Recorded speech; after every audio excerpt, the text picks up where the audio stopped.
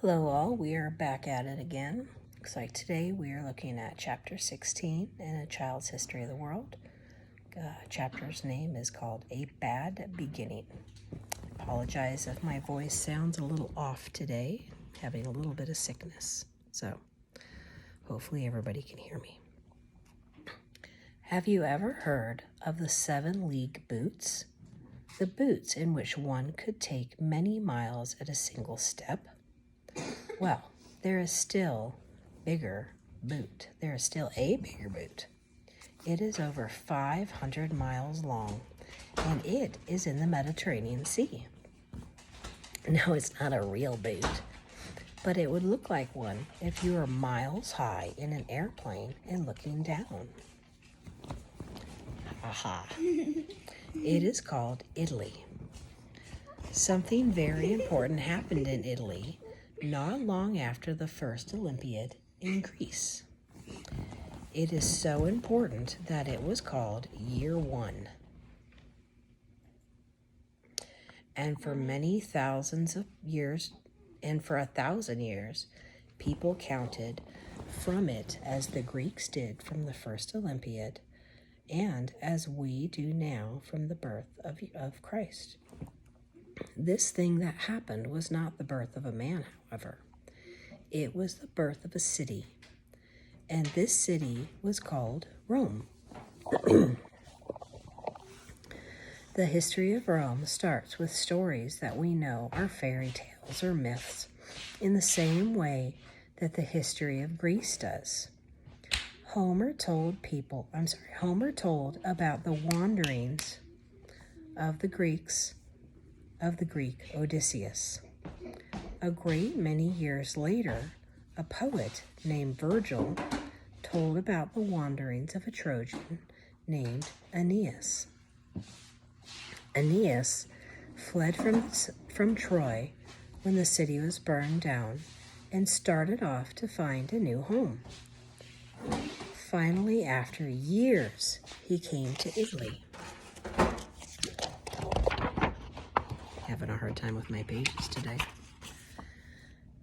Came from Italy and the mouth of a river called the Tiber. The Tiber kind of sounds like tiger, but you have a B instead of a G. There, Aeneas met the daughter of the man who was ruling over the country, a girl by the name of Lavinia, and married her, and they lived happily ever after. The children of Aeneas and Lavinia ruled over the land, and they had children, and their children had children, and their children had children, until at last twin boys were born. These twins were named Romulus and Remus. Here endeth the first part of the story, and the trouble begins. For they did not live happily ever after. Psst, listen, please. At the time the twins were born, a man had stolen the kingdom, and he feared that these two boys might grow up and take his stolen kingdom away from him. So he put the twins in a basket and set them afloat on the river Tiber, hoping that they might be carried out to sea or upset and be drowned.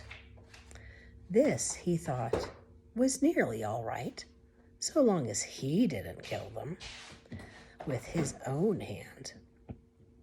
But the basket drifted ashore instead of going out to sea or upsetting, and a mother wolf found the twins and nursed them as if they were her own babies. A woodpecker also helped and fed them berries. At last a shepherd found them and brought them up as if they were his own sons until they grew up and became men. This sounds a good deal like the story of Paris, who was left out to die and was found and brought up by a shepherd also. Each of the twins then wished to build a city, but they could not agree which one was to do it, and in quarreling over the matter, Romulus killed his twin brother Remus. Romulus then built the city by the Tiber River, on the spot where he and his brother had been saved and nursed by the mother wolf. Here there were 7 hills. This was in 753 BC, and he named the city Roma after his own name, and the people who lived there were called Romans. That is why, ever afterward, the Roman king always said they were the descendants from the Trojan hero Aeneas, the great-great-great-grandfather of Romulus. Do you believe the story? I don't either. But it is such an old story. Everyone was supposed to have heard it, though it is only a legend. In order to get people for the city which he had started, it is said that Romulus invited all the thieves and bad men who had escaped from jail to come and live in Rome, promising them that they would be safe there. Then, as none of the men had wives and there were no women in the city, Romulus thought up a scheme to get the men wives. He invited some people called Sabines, who lived nearby, both men and women, to come to Rome to a big party. They accepted, and a great feast was spread. In the middle of the feast, when everyone was eating and drinking, a signal was given, and each of the Romans seized a Sabine woman for his wife and ran off with her. Liliana, I need you to listen, please. No, you're really not. The Sabine husbands immediately prepared themselves for war against the Romans who had stolen their wives. When the battle had begun between the two armies, the Sabine women ran out in the midst of the fight between their new and old husbands and begged them to stop. They said they had come to love their new husbands and would not return to their old cities. What do you think of that? It sounds like a pretty bad beginning for Rome, doesn't it? And you may well wonder how Rome turned out. A city that started with Romulus killing his brother, and that was settled by escaped prisoners who stole the wives of their neighbors.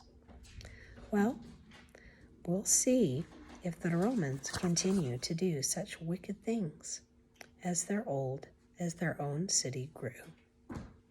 And that's it for today. Ta-ta for now. Hopefully I'll be able to be a little bit louder. Bye guys, have a great day.